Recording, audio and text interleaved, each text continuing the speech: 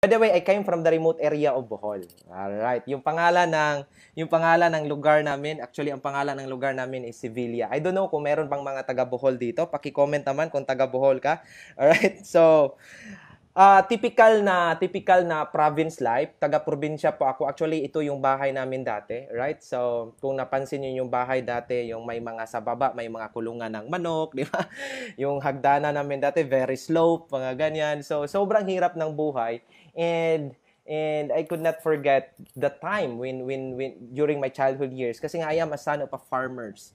I'm a son of a produkto po ako ng mga magsasaka po yung parents ko. Right? So, yung tipong nagtatanim ng palay, nagtatanim ng mais, mga ganyan, kung ano-ano pa. So, maybe kung taga-probinsya ka ngayon, siguro mas ma-inspire ka sa transition na nangyari sa buhay ko ngayon. Right? So, ayan po. So, ito po ako. Pasensya na po, baka sabihin nyo na ang tagal nito kasi nga nag-start nung bata ka pa. Hindi, sinishare ko to sa inyo para makarelate ka na sobrang hirap ng buhay when I was in college, when I was in elementary, high school, mga ganyan. So, this was my first picture. Ayan po yung mga laruan namin dati. Ako po yan, my second picture po yan, yung mga laruan naman. Kasi nga yung mga laruan ngayon, more on Mobile Legend na, mga ganyan. Kasi dati, naka-experience pa ako ng ganyan. Yung mga bahay-bahayan na feeling mo ikaw si mama, ako si papa, di ba? May sarili tayong kwarto, mga ganyan. I don't know kung makarelate ka ba, pero well, I'm sharing this to you para po ma-realize mo na I came really from the very, very poor family. And then, sobrang hirap ng buhay. Actually, yung school namin is very, very far from our house. Maglakad kami ng mga around 1.5 hour bago kami makarating sa school namin. Ganyan po siya kahirap that time. And then, yun po, yung mga typical na buhay pag nasa probinsya ka, yung na-experience ko ang baunan mo, yung dahon ng saging, di ba? Tapos nasira yung baunan mo, tapos amoy bagoong na yung aklat mo, mga ganyan, dahil sa sobrang likot mo sa school, di ba? So, mga experience na ganyan. And because my parents could not send me to school during my high school years, ang ginawa ko is nag-working student po ako sa convent, and doon po ako na-influensyan to enter in the seminary, yung magpapari. I don't know if you are familiar sa mga ganyan, pero if you are a Roman Catholic, maybe familiar ka sa magpapari. Alright, so now I spent my 5-year course sa seminary. Right? So, I took the course Bachelor of Arts, major in philosophy. So, kung titingnan mo, sobrang layo po yung career ko ngayon, being a marketer sa empowered consumerism, being a network marketer sa empowered consumerism. Sobrang layo po kasi yung course ko is AB philosophy, right? So, now, ito po yung buhay ko when I was in the seminary. That was my college years, right? So, ayan po, nagbibigay ng communion, ayan po. Ito po yung mga kaklase ko when I was in college, right? Na mga cute kami diyan, di ba? Yan po, nagbibindisyon ng patay. Yan every summer, yan po yung mga ginawa namin that time. Yan po, nagdarasal, baka ikaw isa ka sa mga subject sa dasal ko that time.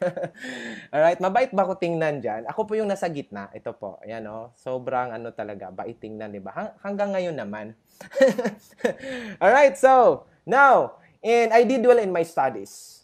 Ito po, yung book ko, yung philosophy po. I did well in my studies kasi naka-mindset ako that time. Way back when I was in elementary, yung awareness ko that time, laging pinapasok laging nire-remind ng parents ko. Sabi nila, you study hard, get a good grades, and have a good job. Yun talaga yung hindi ko makalimutan. Kaya I did well in my studies. Halos lahat ng awards sa school kinuha ko na para po makagraduate. In fact, I graduated sa college as cum laude. Ayan, yan po ako. That time, huwag kayong maniwala sa picture na yan. Naka-Adobe lang, naka-Photoshop lang yan. Anyway, right after my graduation, nag-voluntary exit ako sa seminary. Number 1 reason, gusto kong makatulong sa family namin.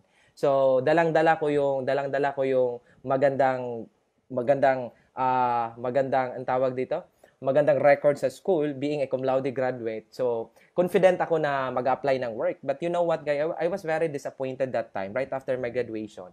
Kasi nga, walang akong parang matinong trabaho na mapapasukan. Hindi naman, matino naman. Pero yung sweldo kasi that time, hindi na-meet yung expectation ko. Parang gusto kong balikan yung parents ko. Parang gusto kong sumbatan yung parents ko. Nga parang mali yung sinabi nyo sa akin dati, Kasi nga parang walang silbi yung doon ko na-realize na being a professional, kahit gaano pa kaganda ng profession mo ngayon, kahit gaano pa kaganda ng mga records mo sa school ngayon, doon ko na-realize na sa ngayon, hindi na siya basihan kung gusto mo kumita, gusto mong magiging successful. Because this time, na-realize ko nga, this is more on diskarte. Tama ba? Would you agree? Alright, so, now, ganito po, right after that, hanggang sa naghanap ako ng mga trabaho, hanggang sa natagpuan ko itong empowered consumerism. Alright? Actually, na-invite po ako dito. And you know what? Nung nag-offer sa akin dati, I was very skeptical. I was very, hesitant that time. Ito po yung una na, tingnan mo naman yung mukha na yan. Sino bang maniniwala sa mukha na yan? Di ba? Ako po ito po yung time na naghanap pa talaga ako ng opportunity right after my graduation. And you know what, guys? Nung na-involved na ako sa empowered consumerism, doon ko na-realize na feeling ko mas gusto ko to. Number one, kasi walang boss. Gusto ko yung kumita ka na hindi ka pressure kasi wala kang boss, meron kang freedom. Ayan, so gustong-gusto ko. Pero at first, I was very hesitant. Number one, kasi nga feeling ko that time, hindi ako marunong sa sales. Kasi nga yung linya ko, hindi naman ako marketer by profession. Wala ako sa marketing na side. Tama ba? Kasi nga yung course ko is more on AV philosophy. So, during that time, doon ko na-realize na try ko nga to kasi nga 'di ba meron naman dalawang klaseng tao when it comes to you want to achieve your dreams in life. Meron tayong tinatawag na career oriented at saka meron tayong tinatawag na result oriented na mga tao, tama ba? Yung career oriented, sila yung mga tao na halimbawa pag education yung course mo ngayon right after ka mag-graduate, yung trabaho mo possible magiging teacher ka hanggang sa nag-study ka, nag-masteral ka, nag-doctoral ka hanggang sa nagiging ang tawag dito, nagiging principal ka na. So, kinareer mo talaga siya. Pero meron kasi mga tao ngayon na kahit hindi mo siya linya, pero kung naniniwala ka nga, dun ka na magka-resulta, nililinya mo na lang siya. And yan po ako. Hindi ko po to linya, pero I was very, very excited kasi na-inspire ako sa mga tao na kumikita dito ng malaki sa empowered consumerism. Ito po yung nag-start ako that time. And you know what, guys, during this time, na-realize ko after 2 to 3 months time na nag-start ako sa ating company, sa Empowered Consumerism, doon ko na-realize na, doon ako nag-question sa sarili ko na parang yung opportunity sobrang hirap gawin. Kasi nga, that time, wala pa akong training. Kaya nga, hindi ko ito makalimutan, I texted my mentor that time, I texted my coach that time. Ang sabi ko sa kanya, Coach, it's hard for me to love this kind of business. I hate rejection. Pero you know what? Anong sabi ng coach ko? Ang sabi niya sa akin, nag-reply lang sa akin, sabi niya, Bert, you cannot love that which you do not understand. Meaning, hindi ka daw pwedeng mag-love ka, hindi mo pwedeng mahalin mo yung isang bagay, isang tao kung hindi mo siya naintindihan. And maintindihan mo lang yung company natin pag mag-undergo ka ng training. Tama ba? If nag-agree ka sa sinabi ko na you cannot love that which you do not understand, paki-comment naman dyan, paki-react naman dyan. Alright? So, kaya nga I train hard.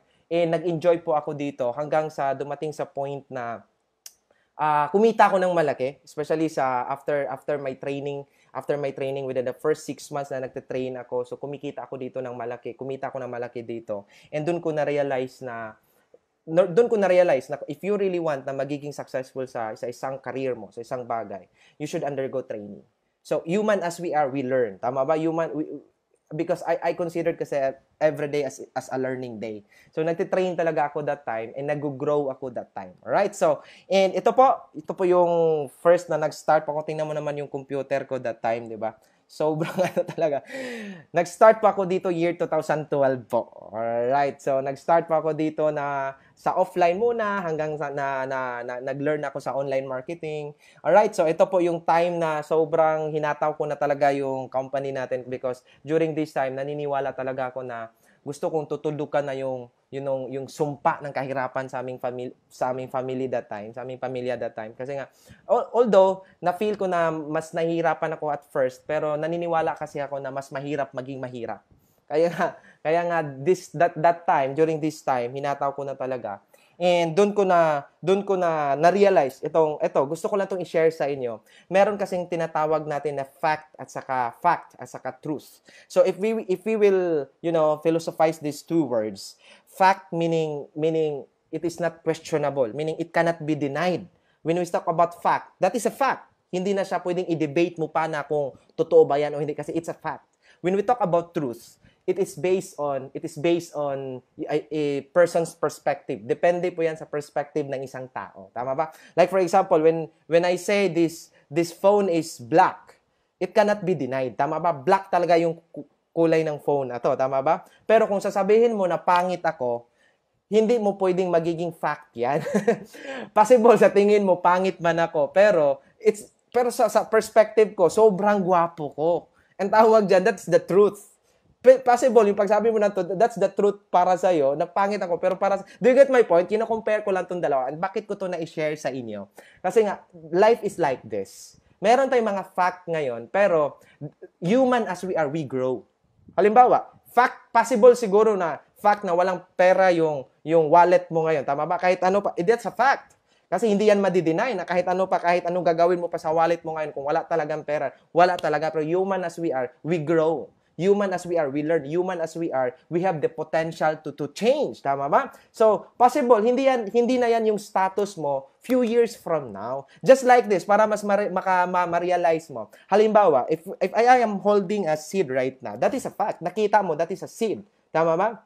Buto. You get my point? That is a buto. Pero, you know what guys, that is a fact. Pero, you know what, yung buto na yan, na possible na nakikita mo ngayon, possible kasi magiging tutubo siya, tas magiging tree siya, tama ba? Yung tree na yan, magpuproduce ng fruits, and that fruit will produce many seeds. And that seeds will produce another tree, and produce another, that it might be possible na yung seed na nakita mo ngayon, possible yan, few years from now, isa pala siyang forest. And why I'm sharing this to you guys? Para ma-realize mo na ang buhay natin parang ganyan. Yung journey ko sa empowered consumerism, parang ganito rin. Kasi nga, nung nag-start pa ako, imaginein mo yung forma ko nung nag-start ako sa empowered consumerism. That was first 6 months to 1 year. Ito yung time na one day, one eat lang ako. Ito yung time na halos walang naniniwala sa akin.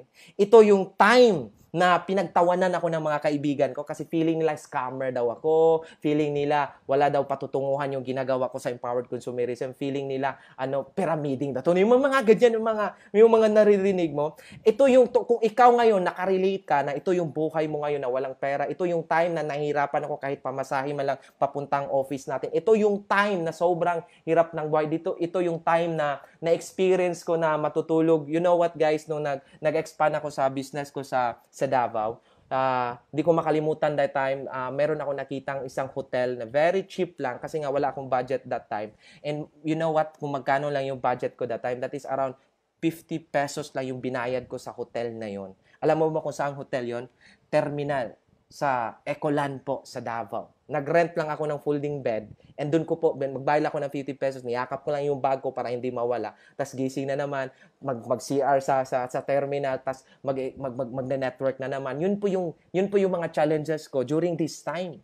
Pinagtawanan ako, during this time, lumayas ako sa bahay namin kasi wala akong nakuhang support sa kanila. And at that time, sinabihan ko yung parents ko na, "Ma, I will leave you for a while in order to serve you forever." Yun po, sineryoso ko talaga, binigay ko talaga yung best dito.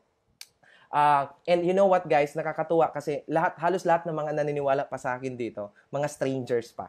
And those strangers, hanggang ngayon nagstay pa sila sa akin. And doon ko na-realize na sa marketing ganun talaga. Bias kasi yung mga kakilala mo, tama ba? So, nagtuloy-tuloy lang ako during this time. Dumating sa point na mas masarap pa yung kinakain ng prospect ko kaysa kinakain ng pamilya ko that time. Yun po, doon po ako na yun yung mga challenges ko during that time.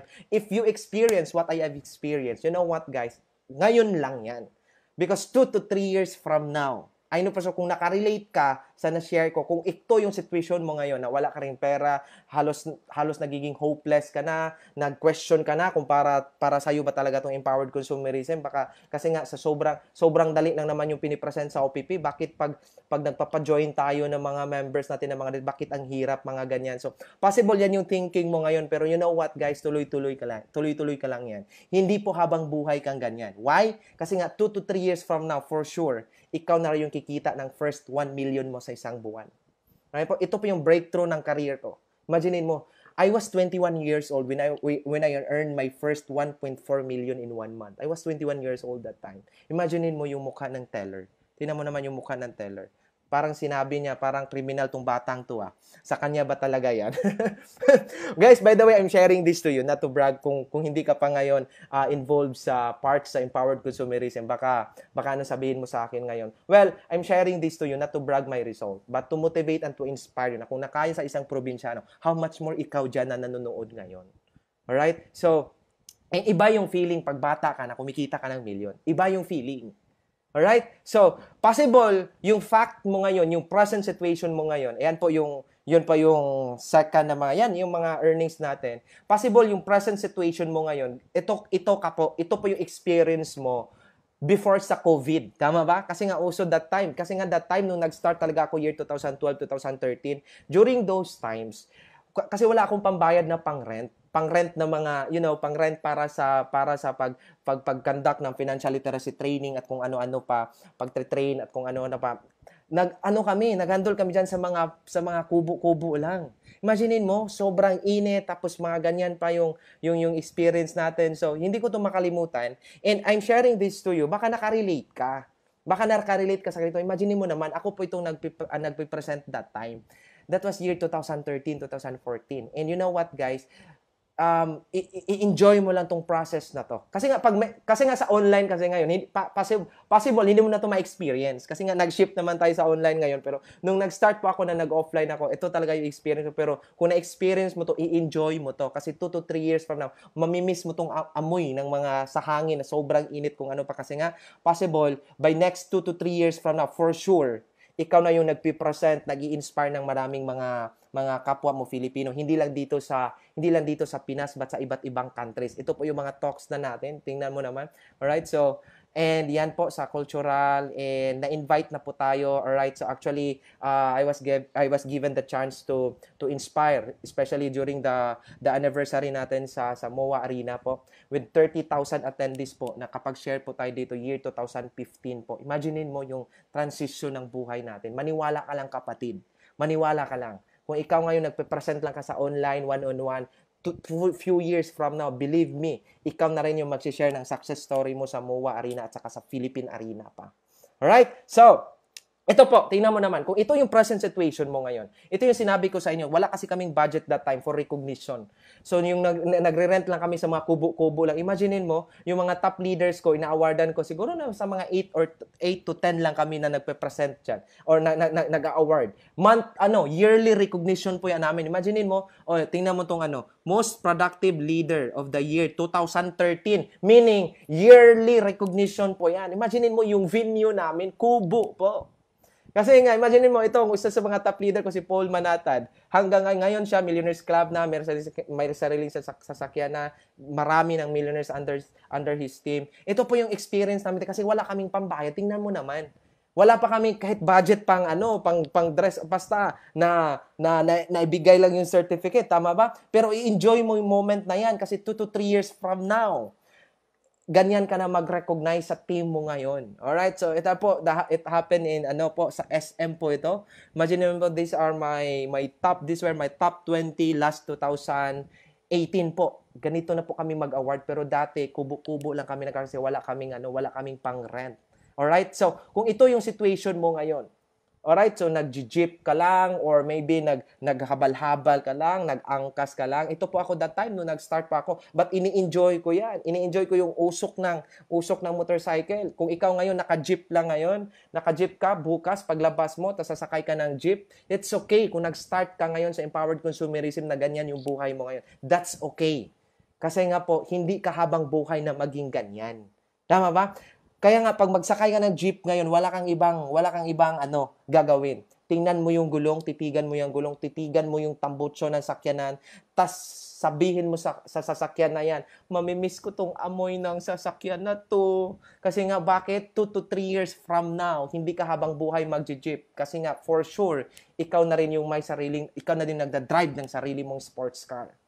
Alright? Ito po yung third car ko actually. This is my third car, yung Bumblebee sports car. Isa pa ako sa mga unang nagkasasakyan sa Bohol na naka-Bumblebee na sports car dito. Imaginein mo, yung dating hawak ko Araro, ngayon, ang hawak ko Manibela na ng Camaro. Imagine mo yung transformation na-imagine mo na ba sa part mo na ikaw na yun ang nagdadrive ng sarili mong sasakyan. Imagine mo pag ganyan yung life mo ngayon. Right? Wala kang choice. Pag naka-sports car ka, gumagwapo ka talaga. Tingnan mo naman yan. Anyway, alright, so, iba talaga yung tingin ng mga tao sa ilanan na pag nasa probinsya, katas naka-sports car ka, wala, mapagkamalan ka talagang drug lord dito. Anyway, yan po yung situation ko ngayon. Again, guys, I'm showing this to you. Oy, ganito po, baka sabihin nyo na, oh, bigay yan ng company. Kasi nga, di ba, may mga manarinig tayong mga ganyan. Sariling pera ko po yung binili dyan, ha? Hindi po yan bigay ng company, alright? Income po, galing sa company po. Ayan po. Para clear ko, income galing sa company, sa Empowered Consumerism, savings ko talaga, binili yan. Alright, so, yan po yung ano ko. Actually, ito po yung, I have 3 cars after sineryoso ko, after 5 years, 6 years, na sineryoso ko yung Empowered Consumerism natin. Alright, so, and guys, again, I'm showing this to you, not to brag my result, pero hopefully, ma-inspire ka. Imagine mo guys, I am from the province of Bohol. Right? So, and ito, ito, ang first car ko dito is itong Honda Civic. Yan. Nabili ko yan mga year 2014, yung mga Honda Civic na yan. Imaginein mo, ang goal ko talaga that time, nung nakabili ako ng first car ko, gusto kong balikan ko talaga yung parents ko. Gusto ko talaga, wait mo na, baka mag-low bat ako. Alright?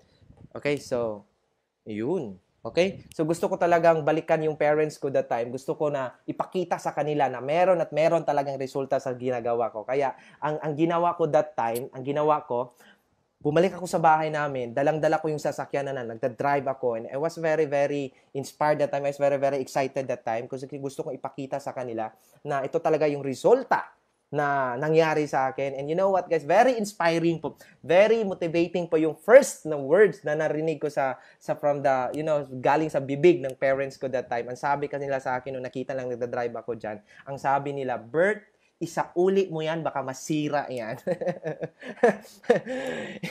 And you know what, guys? I believe na the greatest revenge is massive success.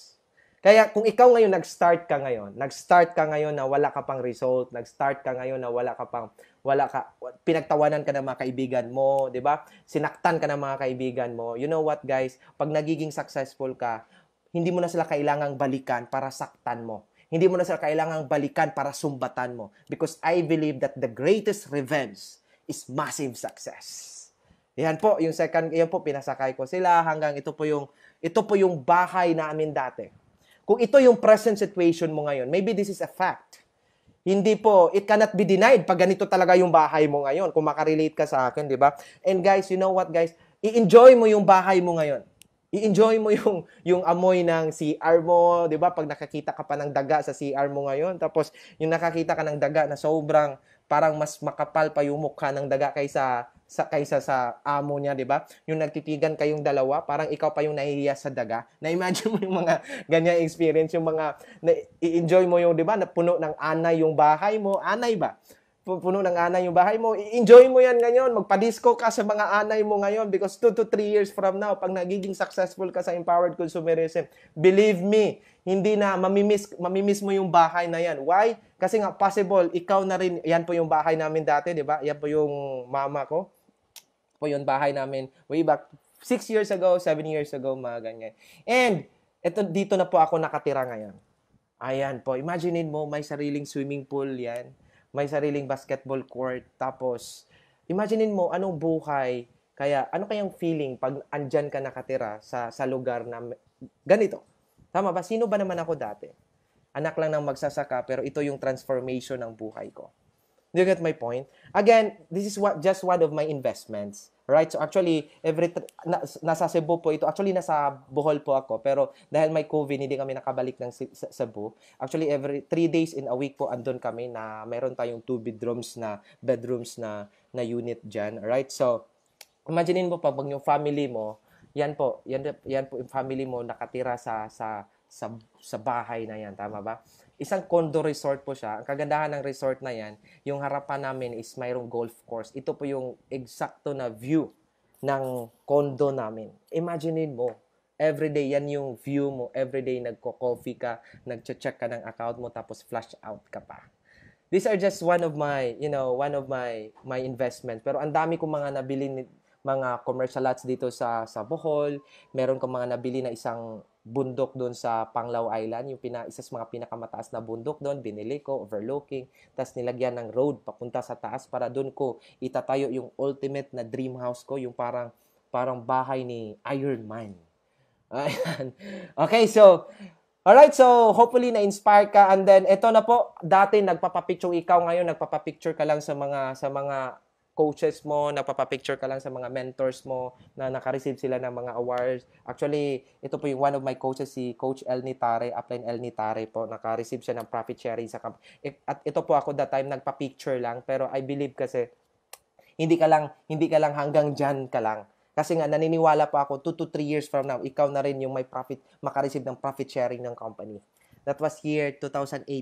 That was my second time na naka-receive ako ng profit sharing ng company. Meaning, pag profit sharer ka, US trip qualifier ka pa ng company.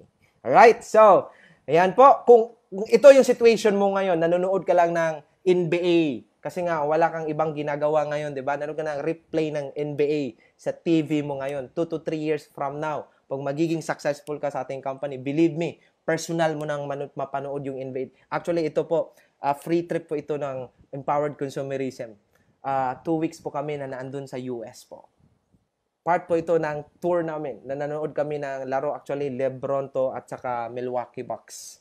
Yan po yung sobrang ganda. Sobrang lapit namin sa court. Tingnan mo naman yan. Oy, ba't nasali pa to? Hindi yan kasama. Yan po. Possible, imaginein mo yung buhay mo ngayon. What if ito yung buhay mo ngayon? What if nagkita-kita tayo ngayon, 2 to 3 years from now? Possible, di ba? After kasi nitong COVID virus, after kasi nitong pandemic, for sure, merong postpartum na mga, or yung feeling na gusto mo talagang mag-travel. What if 2 to 3 years from now, lahat na tayo kumikita sa ating company sa Empowered Consumer, nagkita-kita tayo sa airport, di ba? Nakita kita, dalang-dala mo yung bag mo, nag-check ka sa account mo using your Mac, di ba? Nag-check, nakikita kita. Imaginein mo yung sarili mo pag ikaw to. Well, dalang-dala yung LV na bag mo, tama ba? Imagine mo nagkita tayo sa airport, tapos tinanong kita, oy, partner, saan ka pupunta? Tapos sasabihin mo sa akin, actually ako coach, pupunta ako sa Hong Kong. Kasi nga, nakahita ko ng travel sa company, free travel ng company. Tapos, alam mo ba, coach, after ng Hong Kong, next week, pupunta naman ako ng Thailand. Ayan po, tingnan mo naman ako nung nasa Thailand ako. You know what, coach? Ano pang mas nakaka-inspire? After next week po, coach, pupunta po ako ng Taiwan. Yan po. And after this, coach, after Taiwan, gusto ko rin po pumunta sa Korea. Alright, imaginein mo, after mag-Korea ako, pupunta ako doon na may snow, coach. Ang ganda. Kumikita ka na ng malaki sa company. Imagine nyo po, yan yung sinasabi mo sa akin nung pag magkikita tayo sa airport. Yan po. Alright? And ikaw, coach, saan ka ba pupunta? Tas sasagutin kita, pupunta ako ng Dubai. Alright? Before ako mag-Dubai, kasi may connecting dyan, pupunta muna ako ng Maldives. Imagine mo pag ganyan yung conversation natin na nandun tayo sa airport. Guys, just try to imagine this. Gaano kaya kasarap yung feeling? Ano kaya yung feeling pag ganyan yung conversation natin? Alright, imaginein mo, actually, free trip ito ng company na nandun kami sa Maldives. 200 plus po kami na nandun kami. Free po yan ng company. Ang kagandahan, every year po nagbibigay yung company ng libreng travel. Kasama po natin yung mga onliners ko dito. Alright, gusto ko palang i-acknowledge yung team ko dito, yung Atomic International na team. Kasama ko po dito sila Ate Del, sila Ate Jen, sila Bon Bunhayad, of course, my wife. Kasama ko po dyan. Okay, si Doki. Alright, so, imagine mo pag ganyan yung usapan natin. Imagine mo tapos sasabihin mo pa sa akin, alam mo ba, coach, na gusto kong pupunta din sa New York. Imagine mo pag ganyan yung conversation natin. Right? So, imagine mo pag ikaw to, alam mo, coach, next year, may na-book na kaming travel, mag-Indochina kami. Pupunta kami ng Vietnam. And after Vietnam, pupunta pa kami ng North Sikkim. And after North Sikkim, pupunta pa kami ng Laos. Ito po, isa sa mga highest peak ng Laos. Inakyat ko talaga. Iba kasi yung tripping ko pag pupunta talaga kami sa iba't ibang countries. Hindi po yung ordinary na hindi po kami kumukuha ng mga agency. Kami talaga yung Imagine mo pag ganyan yung conversation natin. Tas, after Laos, pupunta pa kami ng Malaysia. And after Malaysia, kasi nga 2 weeks yung travel namin, coach, pupunta pa kami sa Golden Bridge sa Danang. And after that, pupunta pa kami ng Cambodia. Imagine mo, guys, Gaano kaya kasarap yung feeling pag ganyan yung conversation mo habang nagkikita-kita tayo sa airport. Tama ba? And sabi mo sa akin, Coach, doon sa airport, sinabihan mo ako na, Coach, gusto ko mag-meeting tayo. Saan ba tayo mag-meeting? Mag-meeting, Coach. Next, next month kasi puno na yung travel ko ngayon. Na-imagine mo ba? What if mag-meeting tayo, pupunta ka pa ng Bali, Indonesia? Tama ba? Yan po, ito sa Nusa Penida, sa Bali, Indonesia. What if pupunta tayo ng, maka-experience ka ng mag-cruise, na 3 days na cruise. Ito po yung Halong Bay na cruise. Ano kaya yung feeling? And ito po lahat ng dahil po ito sa empowered consumerism. Alright? So, and gusto ko makig-meet up sa akin kasi sobrang busy na schedule natin. Doon na lang tayo mag-meet up sa Golden Gate sa San Francisco na lang, Coach. Para manood tayo ng laro ni Stephen Curry at ni LeBron. Tama ba? Imaginein mo, pag ganyan yung pag-usapan natin. And after that, Coach, pupunta tayo ng Las Vegas. Mamasyal naman tayo doon. Ang sarap kaya. Ang sarap ng buhay pag habang bata ka na mamasyal ka na. Hindi para magtrabaho sa iba't ibang country, pero para mamasyal. And that's because of empowered consumerism. Alright? Maganda ba? Alright, so, yan po, yung naka-New York tayo. At ito po, nakapunta na po tayo sa New York Times Square. Dito po, nagsushoot yung Spider-Man, di ba? Ito yung isa sa mga pinakasikat na tourist spot sa New York, yung New York Times Square. Imaginein mo, sino ba naman ako dati? Kasi yung pinuntahan ko dati, mga mall lang. Way back 5 years ago, actually, naka 20 plus countries na po tayo. In my 5 years, 6 years, 7 years, na ginawa ko, sineryoso ko yung empowered consumerism. Alright? So, yan po. And actually, last 2017 po, I was so blessed that time because, you know what guys, nag-start kasi ako dito, no, nakapasok ako ng ranking sa Bohol muna. Na-awardan ako sa Bohol una, nagiging top 9 po ako sa Bohol, hanggang sa nagiging top 4 ako sa Bohol, hanggang sa nag-top 1 ako ng Bohol, and after na nag-top 1 ako sa Bohol, nakapasok ako sa whole Philippines sa empowered consumerism. 2017 po, nagiging top 11 po ako. In 2018 po, nagiging top 6 po ako. In 2019, nagiging top 3 na po tayo. So, kung tiningnan mo yung ano ko, if you observe my, awards, Kaizen, tama ba? Continuous improvement. Kasi naniniwala kasi ako nga, I should beat myself. I should be better than my yesterday. Yun po yung goal ko. Huwag ka pong makipagkumpetensya sa ibang tao. Ang goal mo, dapat i-beat mo yung records mo everyday. Yun talaga yung goal mo and blessing will follow and that award will follow. You get my point? Alright? So, mag-comment ka naman dyan kung andyan ka pa. Hopefully, na-inspire ka. And before guys, if na-inspire ka sa kwento ko, ba't na pinapakita ko tong mga previous na mga pictures ko kahit nakakahiya, 'di ba? Ba't naman ako mahihiya kung ito naman yung transformation ng buhay ko, tama ba? So, kung nakarelate ka sa na-experience ko, kung na-experience mo yung na-experience ko, kung ikaw ngayon na-experience mo na pinagtawanan ka ng kaibigan mo, na pagkamalan kang scammer sa online, tama ba? Hindi naniniwala yung mga friends mo at kung ano-ano pa, dinidiscourage ka, pinalayas ka ng magulang mo at kung ano-ano. Kung na-experience mo yung na-experience ko, kapatid, you are on the right track. Pero take note, if hindi mo pa ito na-experience, baka nasa maling daan ka ngayon. Kasi nga, naniniwala ako na if you really want to become successful, kailangan mo itong madaanan itong mga challenges na ito. Maybe, iba na yung mga approach sa mga challenges mo kasi online na ngayon. Pero believe me, same impact pa rin yan sa buhay mo. Ang goal is kailangan mo talaga siyang i-overcome. And kailangan mo talaga siyang i-overcome. You know what guys, kung na-experience mo yan, ulitin ko, I know for sure you are on the right track. Isa lang, same tayo ng daan na dinadaanan. I can assure you, huwag ka lang hihinto sa dinadaanan mo. Mararating mo ang nararating ko. Huwag ka lang hihinto dyan. Even when the world says give up, get back up. Kahit sinabihan ka pa ng iba na hindi mo to kaya or kung ano-ano pa, guys, get back up. Tuloy-tuloy ka lang. Dapat ganyan yung mindset mo ngayon.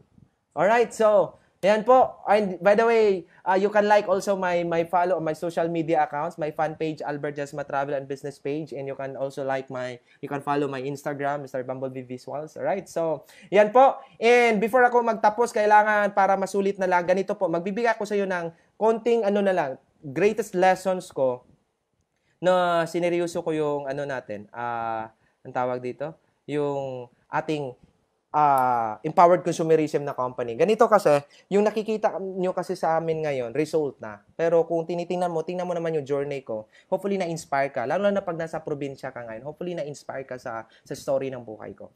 Ganito po, the greatest lessons na learn ko throughout my journey sa empowered consumerism. I know, aware ka na dito, pero gusto kitang i-refresh.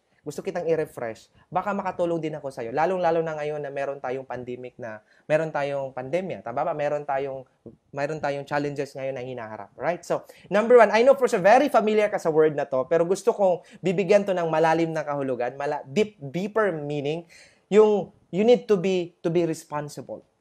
'Di ba? Yung very common na word po ito. Very common po ito way back when we were still in elementary. 'Di ba? Laging sinasabi ng mga teacher natin, be responsible, be responsible. Pero ano ba talaga yung totoong meaning ng responsible? Or gaano ba talaga to ka-importante if you really want to become successful sa empowered consumerism? Ano ba talaga? Kasi nga yung empowered being responsible or responsibility.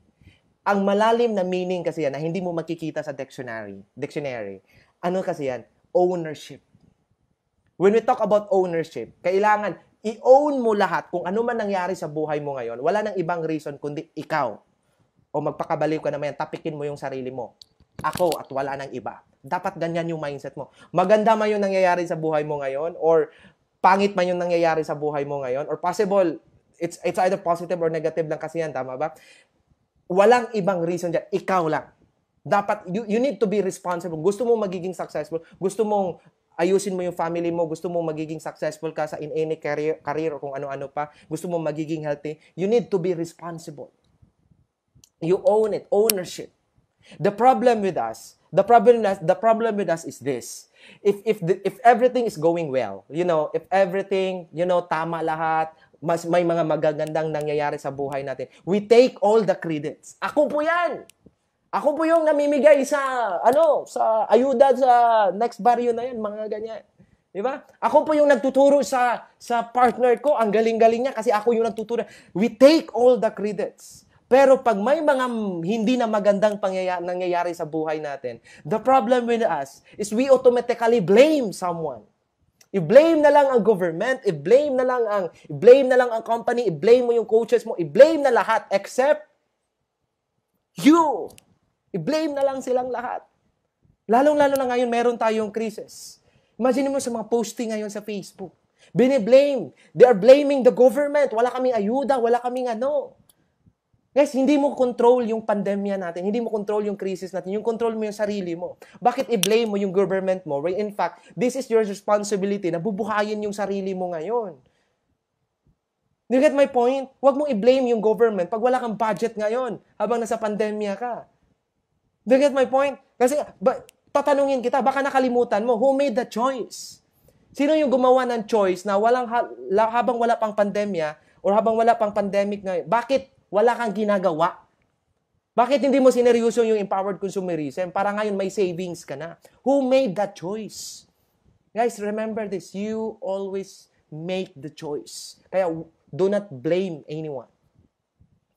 Kung i-apply na sa business natin, remember this, yung natin, yung bonus na lang yung tulong ng coaches mo, kung ano na pa. Actually, this is your own business. Kailangan ikaw mismo, kung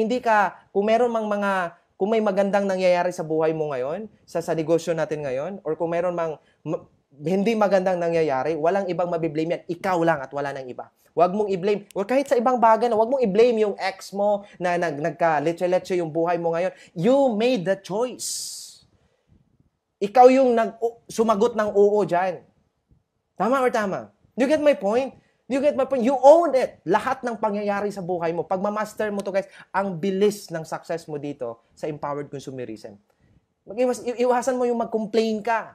Iwasan mo i-blame yung company. Bakit kasi ganito? Bakit kasi may maintenance? Bakit kasi may mga ano-ano pa? Stop blaming.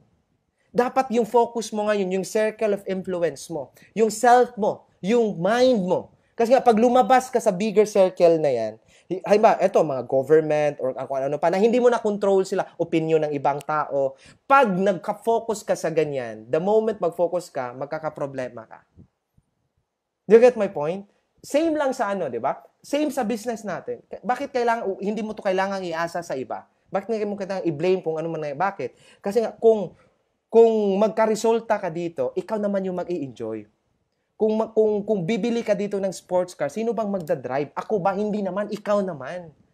Tama ba? Kung magka-mansion ka dito, ikaw naman mag-i-enjoy sa mansion mo ngayon. Kung meron kang mga free travels na ibibigay na empowered consumerism, ikaw naman yung mag-i-enjoy, hindi naman yung upline mo, hindi naman si Dr. Ed, ikaw naman. Kaya nga huwag mo iasa sa iba. Pati na relasyon natin, inaasa mo na sa iba. Inaasa mo na sa partner mo. Nagiging conditional na yung love mo. Kasi nga, you are irresponsible. Ay yung sign yan, yung pagiging yung pagsabi mo na, mamahalin kita kung mamahalin mo ako. Conditional na. Inasa mo na sa iba. Guys, dapat focus ka sa circle of influence mo. Ikaw, yung self mo.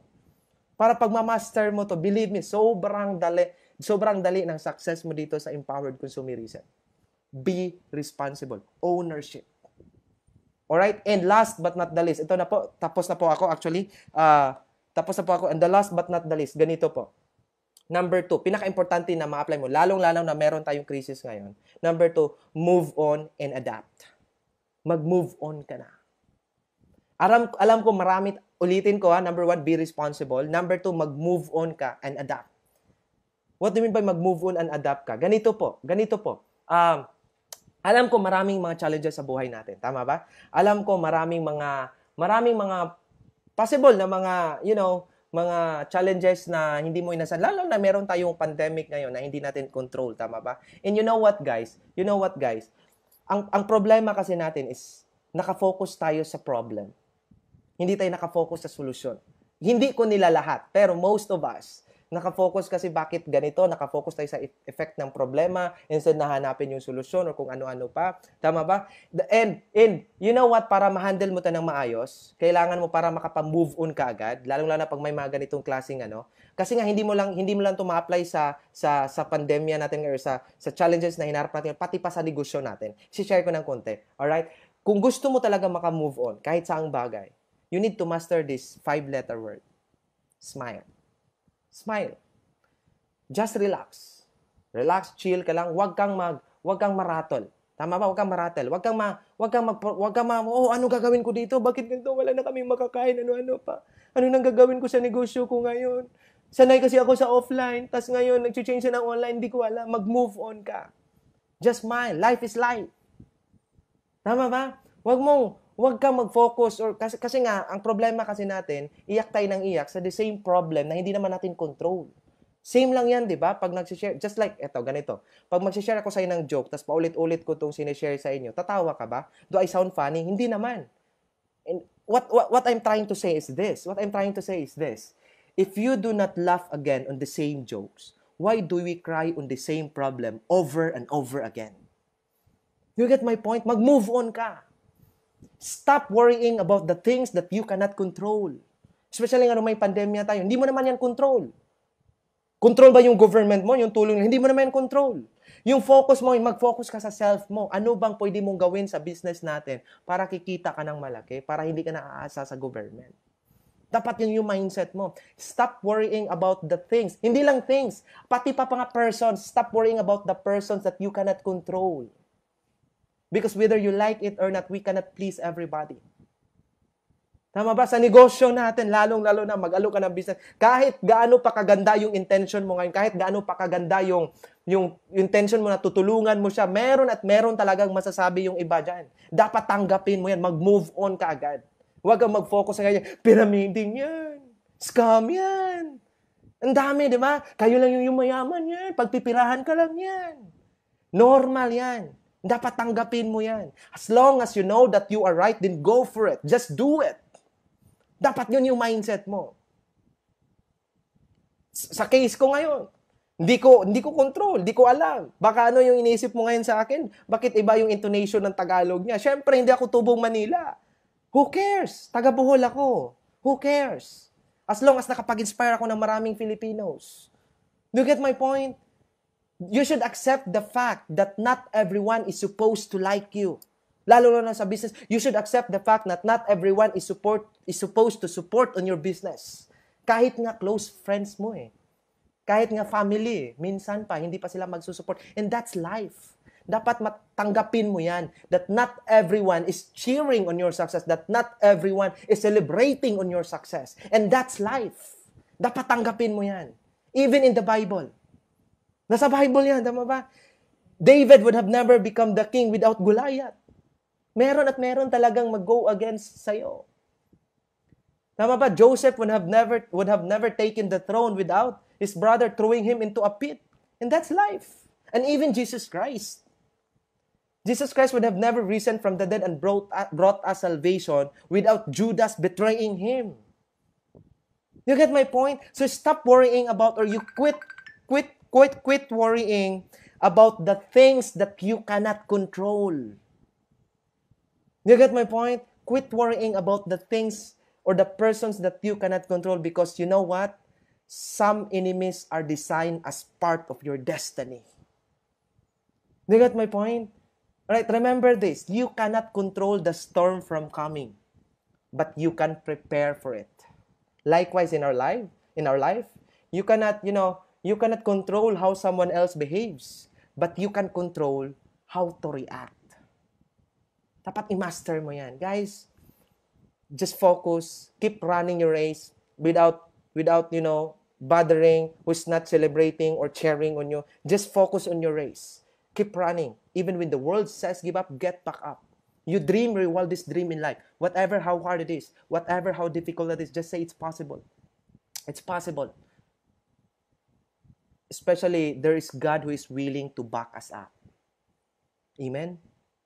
Do you get my point? So, and the moment na magiging successful ka dito, you know what? And the moment mag-share ka ng success story mo sa Philippine Arena, sa MOA Arena, or sa event nyo, you know what, guys? Lahat ng pagod, lahat ng puyat, lahat ng mga discouragement, lahat ng mga disappointments na nangyayari sa buhay mo, lahat ng yan, babayaran ng empowered consumerism. Thank you so much, guys. This is Albert Jasma. To God be the glory. I love you all. Bye-bye, everyone. Thank you so much, Jellium Project. Bye-bye. Tapos na po tayo.